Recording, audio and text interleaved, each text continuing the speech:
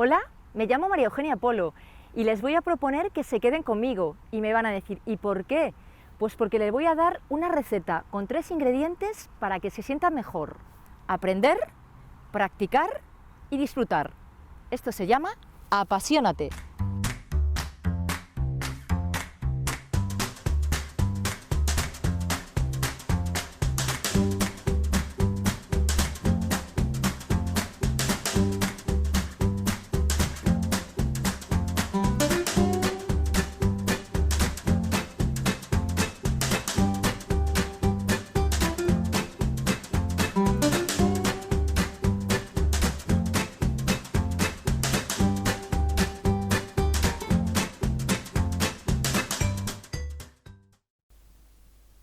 Hola, espero que estén muy bien y después de acompañarnos en este espacio seguro que van a estar mejor todavía.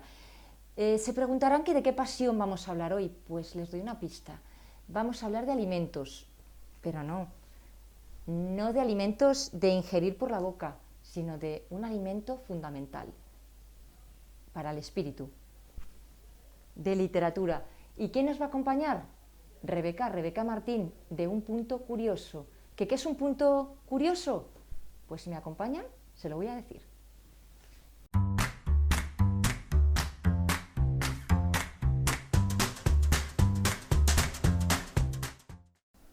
Pues ya estamos aquí con Un Punto Curioso y con Rebeca Martín. Rebeca, ¿qué es un punto curioso?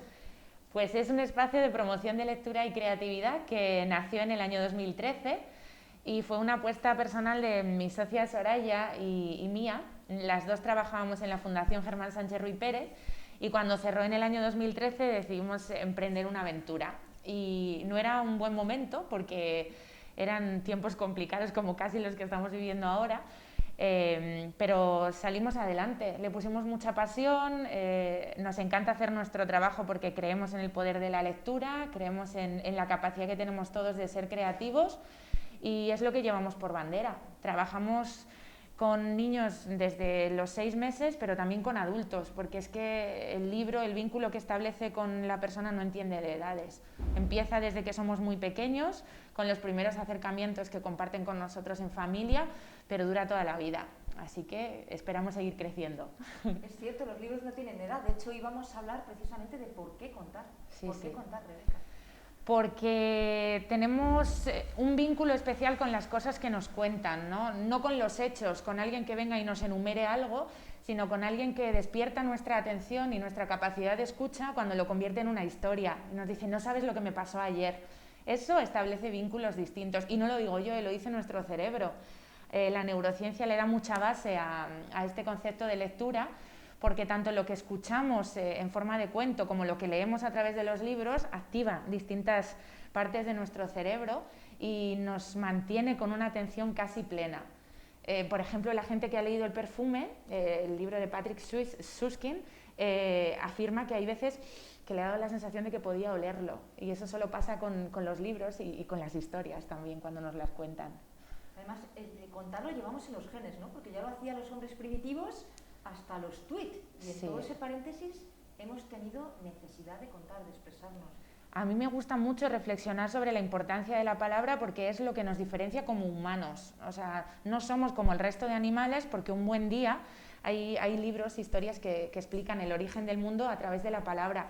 Un buen día nos cansamos de ser como los demás y dijimos, vamos a ir un paso más allá y pasamos de los gruñidos y de ese tipo de comunicación a comunicarnos con palabras. Y entonces nos hicimos distintos y nos hicimos humanos. Así que, ¿cómo no cuidar algo que nos diferencia del resto de especies? Porque es lo que tenemos distinto, lo que nos hace especiales. Y desde que nos reuníamos alrededor de la hoguera, en el fuego, y empezamos a compartir las primeras historias, es un vínculo que nos ha acompañado y que no va a perderse. Por mucho que la gente tenga miedo de lo digital y de los distintos formatos, cambia el formato, pero no cambia esa necesidad que tenemos de compartir historias. Pero quizás sí que habría que darle una vuelta a esto, ¿no? Porque no importa tanto el contenido que también, pero sí la forma, ¿no? La forma de narrar va cambiando. Lo que está claro es que cada vez tenemos más herramientas, pero que nosotros a nivel, y vuelvo a recuperar un poco lo que dice nuestro cerebro, siempre estamos abiertos a esa comunicación, a esa escucha a la que identificamos con los niños cuando decimos te voy a contar un cuento. Esa también como mayores no va a cambiar nunca. También estamos, aunque la rechacemos un poco porque lo identificamos con primeras edades, estamos totalmente abiertos a que nos cuenten historias. Y hay veces que lo que hacemos es cambiar el dispositivo pues por unas cuestiones de distancia, como en este caso. Si no nos podemos ver, que no nos quiten las historias porque las podemos seguir compartiendo como estamos haciendo ahora a través de la pantalla. No pierde nada de esencia porque hay alguien que cuenta y alguien que escucha. Y eso es lo que se necesita para una comunicación eficaz. Escuchar, qué importante es escuchar, ¿verdad? Contar es escuchar. Hoy en día yo creo que es uno de nuestros pecados, ¿no? El no saber escuchar, sí. Por lo menos activamente. Vosotros lo conseguís, supongo, en un punto curioso. Sí, fíjate, todo eso tiene que ver con la atención. Realmente se nos olvida escuchar, primero por una cuestión de tiempo, porque vamos a mil cosas y porque, pues bueno, es cierto que la sociedad contemporánea nos obliga a tener muchísimas cosas en la mente, y luego porque hay que despertar la atención para el que escucha, ¿no? Y esa atención, un buen narrador sabe cómo hacerlo, sabe cómo mirar a los ojos del que tiene enfrente, empatizar, sabe cómo introducir esa historia, porque hay mil maneras de contar una historia. La puedes contar con un estilo dramático, con un estilo cómico, la puedes contar como una anécdota, puedes hacerla más larga, más corta, dependiendo del tiempo, pero tienes que tener muy en cuenta a quién tienes enfrente. Nosotras que trabajamos con niños, valoramos que los tiempos de atención de un bebé, por ejemplo, son de 1 o 2 minutos y van creciendo en minutos según ellos van aumentando en años. Un niño de 5 o 6 años puede aguantar en una atención plena 6 o 7 minutos y así hasta que nos hacemos adultos. Pero claro, es muy ambicioso pensar que porque yo tenga mucho que contar, alguien me va a estar escuchando 2 horas. A lo mejor mi ejercicio es condensarlo, saber a quién tengo enfrente, de cuánto tiempo dispongo y adaptarlo a ese receptor. Hablas de la importancia de quién está enfrente. Ahora nos tienes a Andrés ahí detrás de la cámara, a mí, y seguramente con todo esto estoy convencida que podrías construir una historia. Sí, realmente está preparado para eso, para ayudar a los que estáis en casa a decir que todo tiene algo que contar y que por una parte tenemos que aprender a contar, como nos enseñan estos libros, pero por otra parte es muy importante aprender a mirar. Eso lo dice Luis García Montero, ¿no? Que lo primero es aprender a mirar, ir por la calle con ojos de querer ver el mundo, que a veces se nos olvida, y lo siguiente, cuando ya has mirado todo muy bien, es contarlo. De hecho, hoy vamos a hablar de la importancia de contar. ¿Por qué contar? Pues primero porque contar es lo que nos diferencia del resto de animales. La palabra es lo que nos hace personas, ¿no? Llegamos a ella después de reunirnos en la hoguera cuando todavía no sabíamos comunicarnos de otra manera más que a través de gruñidos y empezamos a comunicarnos con palabras y decidimos que era algo que nos identificaba y que nos daba valor. Y esas palabras que nos han acompañado desde tiempos inmemoriales, pues no las podemos perder. Que nos hace humanos, en definitiva. Nos hace humanos y fíjate, si te das cuenta, también nos hace sentirnos como parte de algo. Yo esto lo reflexiono mucho porque desde que somos muy pequeños, utilizan con nosotros palabras para aprender a conocer nuestro cuerpo, ¿no? Nos cantan, nos cuentan, nos acarician mientras nos comparten una nana. Y también cuando en un pueblo, desde hace muchísimos años, querían que saliera el sol o quieren que llueva, comparten canciones y rogativas que todos conocemos. Ese que llueva, la Virgen de la Cueva. Cuando tú empiezas a cantarlo, te sientes parte de algo porque el que está a tu lado también lo conoce, o su abuelo o su bisabuelo o alguien lo ha compartido y entonces nos hace sentirnos pues, parte de una cultura común. Y siempre digo que este poder de las historias y de las palabras es mágico cuando lo identificas con la salud. Porque, por ejemplo, cuando eres pequeño y te caes, llega alguien y te dice, ven, que te voy a curar. Y te dice, sana, sana, culito de rana. Si no sanas hoy, sanarás mañana. Y te sientes mejor. Así que esas palabras nos ayudan y nos permiten conectar y nos permiten sentirnos parte de algo y a la vez aprender a mirar. No solo aprender a contar lo que nos pasa, sino también aprender a mirar. Has hablado de salud. Dios mío, llevamos meses con algo que hay por ahí que llaman virus, pandemia. ¿Cómo nos ayuda la literatura, Rebeca? ¿Cómo nos puede ayudar? De formas infinitas. Yo propongo el recuperar el valor de la palabra para contar cómo estamos. porque las emociones que se quedan dentro son emociones que nos pueden hacer más daño. La soledad emocional puede crear una cuarta ola que será incluso más peligrosa de las que estamos viviendo ahora, porque al final te quedas ahí dentro y lo que tienes que hacer es sacarlo. Con las palabras es lo que hacemos, nos comunicamos con historias porque a lo mejor nos cuesta un poco comunicarnos de otra manera. Y si te sientes triste, no sabes realmente cómo expresarlo. Bueno, pues vamos a utilizar una historia. Si te parece, vamos a utilizar ahora mismo una historia Estupendo. para gestionar esa tristeza. Y a todos los que están en casa, pues les invitamos a hacer un té de lágrimas, como propone el autor Arnold Lovell. Y entonces, él dice que tienes que meter en la tetera todo lo que te pone triste. Y posiblemente, pues ahora mismo podríamos meter un poquito de la pandemia, plin, de las personas que hemos perdido, plin, las noticias del periódico, plin, de las cosas que creemos que se pueden hacer mejor y hay gente que no las hace, plin, y bueno, de lo que echamos de menos los abrazos, plin. Y cuando ya lo tienes listo, lo cierras, lo sirves y te lo tomas. Y es así como se hace un té de lágrimas. ¡Qué bonito! ¡Qué bonito! Es gestión emocional. Al final, cuando nos contamos historias, yo entiendo cómo te sientes tú entiendes cómo me siento yo, y no hace falta que las contemos desde el yo, sino que podemos utilizar las historias de otros para demostrar, pues eso, cómo nos sentimos o cómo a lo largo de la vida hemos ido siendo más sabios gracias a lo que nos han ido contando. Os propongo este libro de Héctor Urien, que habla precisamente de eso, de la necesidad de contar y de por qué estamos muy acostumbrados a vivir en el terreno de lo probable. Entonces te levantas por la mañana, lo probable es que desayunes, lo probable es que te vayas a trabajar, pero nos asusta un poco el terreno de lo posible. Y es que sí, según te levantas por la mañana, a lo mejor se puede incendiar la tostadora. Y eso ya nos causa un poquito más de susto, o puede pasar algo según vas a trabajar y entonces ese terreno de lo posible es el que despierta nuestra atención, nuestra curiosidad, nuestras emociones, y en ese terreno de lo posible también nos movemos mucho cuando contamos historias, ¿no? Para gestionar todo eso que también puede pasar. Y ahora lo que ha sido posible y pensábamos que era imposible es la incertidumbre, Sí. como que hay que aprender a vivir con eso, ¿no? Sí. A la hora de contar nuestros relatos diarios. Yo entiendo que las palabras nos ayudan a gestionar desde la soledad, porque nos acompañan, o a gestionar nuestra situación porque podemos sentirnos partes de una historia que nos cuenta otro. Es decir, un libro o una historia tiene la capacidad de ser una ventana por la que nos asomamos a la vida de los demás, y también un espejo en el que nos sentimos nosotros reflejados.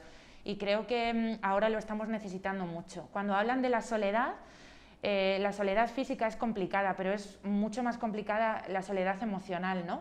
Y el tener a alguien en una casa pensando que no puede comunicarse es un problema muy grande, porque siempre podemos comunicarnos. Ahora mismo nos estamos comunicando con un montón de gente a través de la pantalla, y hay que evitar un poco esa sensación de me siento solo, porque estamos aquí, tenemos soportes que nos ayudan, tenemos algo que contar, tenemos palabras para sentirnos más cerca, y es lo que proponemos. Contar y escuchar, ¿no? Porque Schopenhauer decía, leer es pensar en cerebro ajeno. Entonces, si en algún momento estás solo, también zambullirte en un libro te puede ayudar muchísimo. Sí, la escucha es otra forma de contar también, porque para contar tienes que tener historias. Entonces, si las escuchas de otros, se hacen por una parte como si fueran un poquito tuyas. Entonces, al final estamos hablando de un montón de cosas, de encontrar el tiempo para disfrutar de forma tranquila de un cuento, de una historia, que nos rodean por todas partes, para fijarnos en el otro, en el que nos cuenta, escucharle, escuchar su mirada, escuchar su cuerpo, escuchar sus palabras, y luego a la vez, bueno, pues hacerlas nuestras y compartirlas.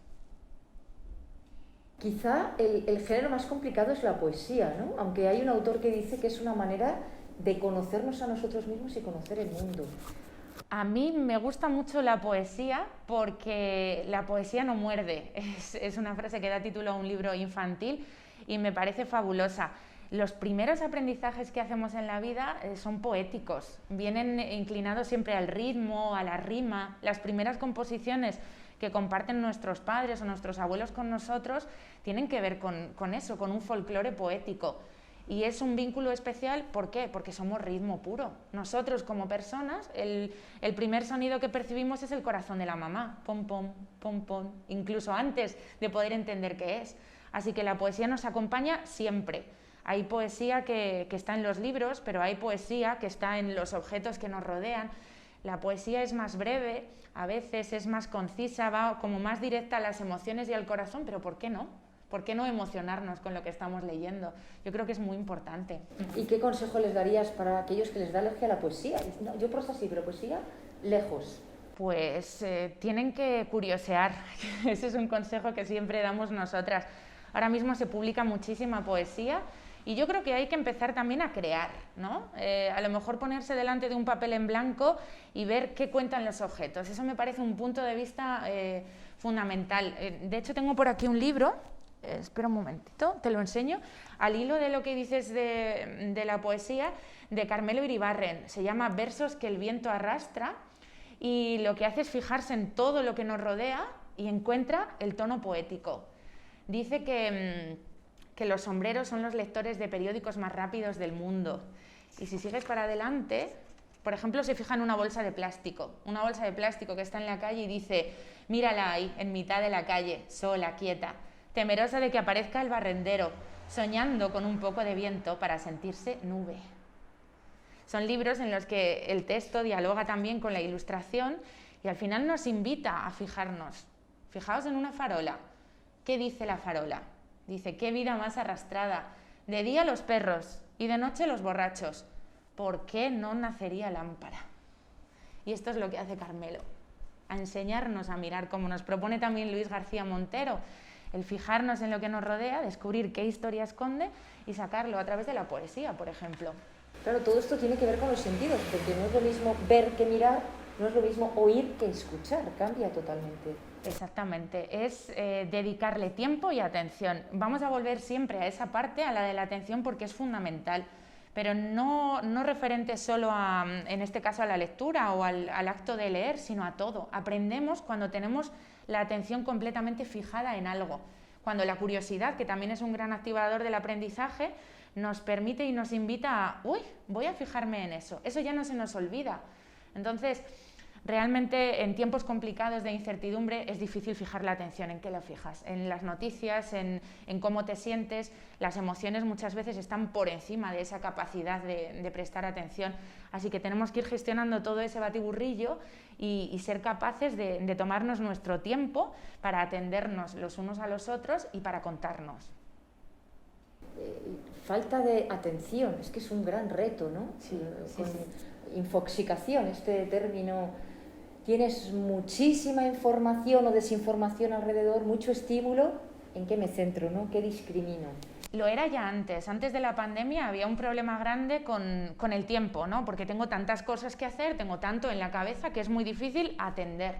Nosotras desde Un Punto Curioso hacemos formación, ahora mucha formación online, y muchas veces les pedimos antes de empezar: necesitamos atención plena, vamos a dejar fuera ese pensamiento de tengo que ir al supermercado, no he ido a hacer esto, me queda por hacer esto otro, cuándo preparo la cena, cómo hago, y vamos a intentar conectar directamente con las historias que vamos a contar o con lo que yo os voy a enseñar, porque es fundamental.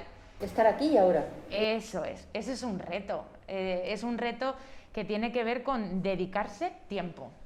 Y primero te dedicas tiempo a ti, lo puedes gestionar a través de un libro, lo puedes gestionar a través de la escucha con alguien, de un diálogo como el que estamos manteniendo aquí, y ese tiempo te va a ayudar. Siempre va a generar algo que libera primero distintas emociones en ti mismo y que te va a permitir reconectar con todo lo que te rodea. De hecho, debería ser una rutina obligada, ¿no? Igual que nos duchamos, nos lavamos los dientes, que todos los días encuentres un huequito para zambullirte en historias, ¿no? Sí. Es que a mí me parece muy curioso cómo todo lo que nos ha pasado últimamente nos cambió el chip, ¿no? Antes no teníamos nada de tiempo y por eso prestábamos poca atención, y de repente teníamos todo el tiempo del mundo porque había que estar en casa. Hubo una época muy complicada donde todos teníamos que estar en casa y no sabíamos qué hacer. Entonces, al final es una reconexión con a ver, ¿qué es algo que me acompaña? ¿Cómo me siento? Y entonces voy a compartirlo, voy a dedicarme este ratito para leerlo y voy a dedicarme este ratito para contarlo, voy a dedicarme este ratito para escribirlo y para compartirlo. En momentos complicados, al final, esa atención y ese tiempo lo podemos dedicar también a través de los dispositivos, de las pantallas. Cuando alguien dice, me siento muy solo porque no puedo ver a alguien o porque no puedo abrazar a alguien, que esa soledad no sea, no puedo hablar con alguien, porque sí podemos hablar. Sí tenemos muchísimas herramientas que nos permiten hablar. Yo te puedo regalar una historia, te la puedo regalar ahora que estamos aquí las dos juntas, pero te la puedo mandar por un audio en WhatsApp. ¿Y qué historia me regalarías ahora? Tengo un montón aquí. Mira, te voy a regalar una historia, hablando sobre el poder de los objetos. Te voy a regalar una historia que nos acompaña desde hace muchísimos años a nosotros como humanidad y que ha ido cambiando un poco de título dependiendo de las manos en las que ha caído, pero que tiene que ver con esto. Y me hace muchísima gracia porque ejemplifica lo que estamos viviendo ahora y todo esto que estamos hablando del tiempo y de la atención, ¿no? Los peces, ¿no? Es la historia de un pescador. Un pescador que estaba tranquilamente sentado en su barca. Y entonces llegó un industrial del norte y le miró así con cara rara y le dijo, ¿qué haces? Dice, bueno, pues descansar, que ya he pescado hoy. Y el industrial del norte no se lo podía creer. Pero ¿y por qué no pescas más? Y el pescador le dijo, a ver, porque ya he pescado todo lo que tenía que pescar. Y el industrial del norte no lo entendía. Pero date cuenta que con este tiempo que te sobra tú puedes salir a pescar otra vez. Si pescas más peces y los vendes en el mercado tendrás más dinero. Le puedes poner motor a tu barca y salir mar adentro y encontrar muchos más peces. El pescador le miraba así un poco atónito y el industrial seguía. Y luego cuando pesques más peces los puedes vender en el mercado, incluso tendrás dinero para comprar otra barca, puedes crear hasta una flota, contratar a gente, podéis pescar muchísimo, ganar mucho dinero y mira, así tendrás luego tiempo para dedicarte a descansar y a disfrutar de la vida. Y entonces el pescador le miró y le dijo, es lo que estaba haciendo en este mismo momento. Vaya lección antimaterialismo, ¿no? ¿Qué necesitamos? Pues ese tiempo para respirar, ese tiempo para disfrutar. Y son historias que nos han acompañado desde hace muchos y muchos y muchos años. El mensaje sigue siendo el mismo. Bueno, yo creo que has dado la clave. Para vivir necesitamos oxígeno, hidrógeno e historias. Sí, estoy convencida de que no nos pueden faltar ni para entendernos, ni para comunicarnos con el otro, y cuidado, no tienen edad, que por eso estamos hoy aquí, porque las identificamos mucho con los pequeños, pero todos tenemos algo que contar, todos tenemos historias que queremos compartir con alguien y la capacidad de escucha también está ahí, sí. De hecho, alguien dijo que los cuentos se hicieron para dormir a los pequeños y para despertar a los mayores. Exacto, sí, es una frase muy, muy acertada, porque el propio placer de contar no va mucho más allá de disfrutar, ¿no? De tener un momento compartido en el que las palabras nos permiten imaginar, nos permiten viajar sin levantarnos de esta silla, pero luego yendo mucho más allá, cada uno extrae su mensaje. Es muy complicado que un cuento tenga el mismo sentido para ti, para mí, para Andrés o para cualquiera de los que nos estén viendo en casa. Lo haces tuyo. Tu situación personal, tus intereses, cómo te sientes, cuáles son tus emociones, influyen mucho en lo que has escuchado. De ahí su poder mágico, ¿no? Porque entonces puede darte respuestas sin que realmente te hayas hecho una pregunta, ¿no? Y puede ayudarte a gestionar una situación sin que hayas acudido a él para gestionarla. Es un potencial que tiene ahí dormido. De hecho, es la gestión de la vida, ¿no? Porque la vida no es lo que nos pasa, sino lo que hacemos con lo que nos pasa. Y el hecho de que llueva ahora mismo ahí fuera, tú lo puedes interpretar como algo maravilloso o yo como un desastre, que qué pena que se me va a mojar el pelo que he ido a la peluquería, ¿no? Sí, eso es. De hecho, me das pie para hablarte de otra historia que yo creo que la tenía aquí. Claro, a la hora de contar historias hay que tener mucho cuidado porque podemos contarlas con un tono que no es el que queremos transmitir. Hay millones de maneras de contar historias. Me gusta mucho este ejercicio de estilo de Raymond Queneau, que es muy, muy conocido, porque son infinidad de maneras de contar lo mismo. Es un hecho objetivo, ha pasado esto, y cómo, dependiendo del estilo que tú le quieras dar, va a despertar algo distinto en la persona que lo recibe. Y es que es muy importante, porque si yo, por ejemplo, vienes hoy aquí y te digo, ayer me caí, vale, pues te lo puedo contar así, pero ¿y si te digo, ayer me tiraron al suelo, estoy indignadísima? Es distinto. O si te digo llorando, me duele muchísimo un pie, no sé si voy a poder seguir porque es que ayer tuve un accidente horroroso. cada vez que te lo cuento, te estoy haciendo una versión completamente distinta. Esa capacidad la tenemos. Yo puedo ayudarte si el tono que le doy a mi historia es un tono constructivo, es un tono positivo, si veo que lo necesitas. Puedo divertirte convirtiéndolo en un chiste, en una anécdota. Entonces, de ahí otra vez la importancia de empatizar, de saber a quién tienes enfrente. Podemos ayudarnos mucho con las historias y con las cosas que nos contamos, pero cuidado que la palabra tiene mucho poder, también podemos hacernos daño. De ahí la importancia de cuidarla. Claro, de hecho, la calidad de vida tiene mucho que ver con los cuentos que nos contamos cada día, con el diálogo interior, ¿no? ¿Cómo me hablo? Porque anda que no nos maltratamos, automaltratamos, ¿verdad que sí? Mucho, mucho. Es que al final, cuando tú te dedicas un tiempo, pero el punto de vista que le aportas a ese tiempo en el que estás contigo mismo es negativo, pues el cuento que te cuentas no te va a enriquecer. Al final te quita un poquito de ilusión, un poquito de esperanza para empezar al día siguiente. Pero si lo haces desde un punto de vista constructivo, si eres capaz de encontrar las palabras para, bueno, cada día tener una razón más, no una razón menos. Al final una palabra cambia. Y todo eso no deja de ser algo que está en nuestra mano y que depende de nosotros. No de alguien como yo que se dedique a la promoción de la lectura, sino de cualquier persona. La historia que te cuentas a ti mismo solo depende de ti. Me está viniendo a la mente un maestro que se llama José María Toro, que Sí. tiene varios libros publicados, y en un post en concreto en internet, si lo quieren buscar los espectadores, el post se titula El sabor y el aroma de las palabras. Y es maravilloso, porque es verdad, las palabras saben. Y qué placer nos da el oír y el pronunciar paz, amor, a oír, por ejemplo, rabia, rencor. No tiene nada que ver. Sí, sí, nada. Es que volvemos otra vez a los orígenes. Nosotros vamos descubriendo el mundo cuando somos muy pequeños a través de las palabras que comparten con nosotros. Los primeros aprendizajes se hacen de un niño muy pequeño que va acompañado siempre de alguien, porque ese niño aún no habla y ese niño está descubriendo todo por primera vez, pues de alguien que le dice luna o le dice sol o le dice abuelo, abuela, papá, mamá, y le da el poder de las palabras hasta que ese niño es capaz de verbalizarlas. Mientras tanto, las va teniendo dentro y son conceptos que intentamos que siempre sean lo más adecuados posibles. Un niño necesita un entorno tranquilo, necesita unas palabras que van siempre relacionadas con el afecto. Si faltan desde los primeros años de vida, ese crecimiento va a ser distinto, ¿no? Eso luego se nos va olvidando cuando somos mayores. Creemos que, bueno, nos podemos decir de todo, podemos tener tonos que no tienen nada que ver con lo que queremos decir, y es que son aprendizajes que las palabras nos diferencian del resto de animales. Eso ya lo hemos comentado y lo repetiremos las veces que haga falta. Y como tienen ese poder, vamos a cuidarlas porque pueden afectar a nuestro estado de ánimo. Es que lo que nos contamos nos configura como personas, nos lo podemos creer. Además es que afecta a todas las escalas, a la escala política, a la escala de pareja, a la escala de relaciones sociales en general, ¿no? Sí, sí, todo, todo. Además, pasa, tú escuchas un discurso y te enfadas, porque han dicho unas palabras que es repetitivo, no ha parado de repetir esto, todo el rato repitiendo esto y no te las crees. Volviendo al libro de Héctor, me parece muy curioso cómo dice que un buen narrador tiene que intentar conectar con el que le escucha, haciendo una versión realista de una historia con su propia credibilidad y despertando la curiosidad. Qué difícil es eso. Fíjate, son 3 pautas y son muy complicadas por lo que parece cuando él lo explica de una forma muy sencilla, y es verdad, tú tienes que intentar ser creíble. Yo te tengo que estar contando algo que resulte creíble. ¿Por qué? Pues porque o bien es de verdad, o bien yo misma me lo creo que es de verdad, o bien creo que puede servir para algo.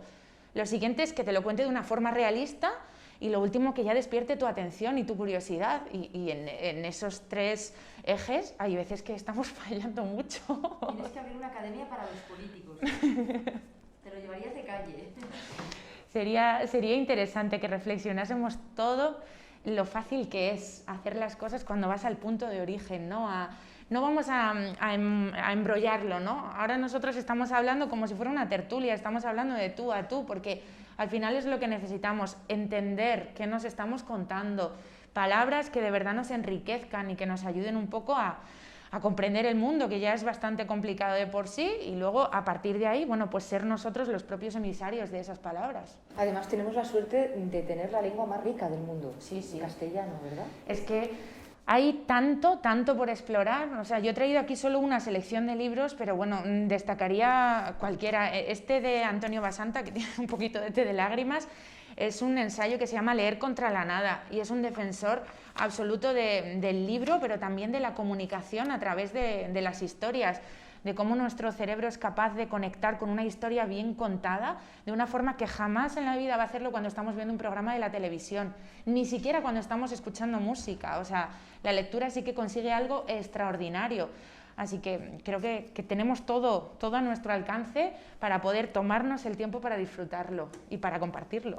Y tomándonos un té, un cafetito, qué mejor compañero para la literatura, ¿verdad? Exacto. Yo estoy disfrutando mucho, la verdad. Yo también, yo no sé, creo que se nos va acabando el tiempo y me da muchísima pena.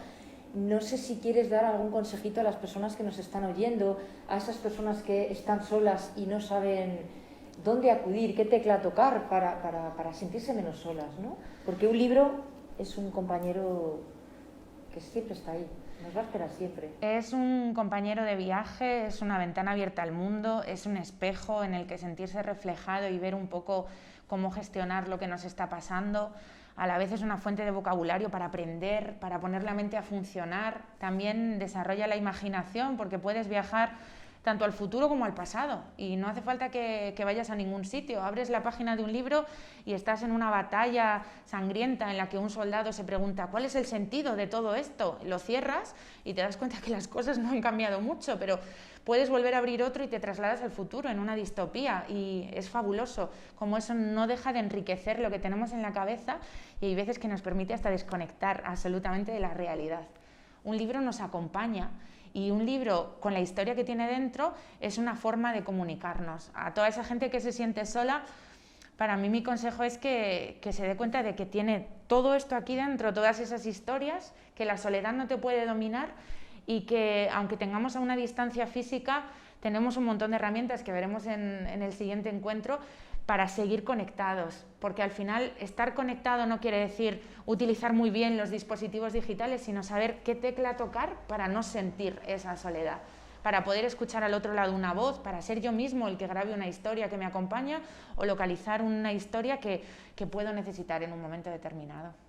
De hecho, yo se lo voy a pedir a todos los que nos están viendo, nos vamos a despedir, pero les voy a pedir que estén muy atentos al siguiente espacio, porque hoy hemos hablado de por qué contar, pero el próximo día, con la compañía tan amable de Rebeca, vamos a hablar de un trío, contar, crear y compartir. Así que no nos fallen.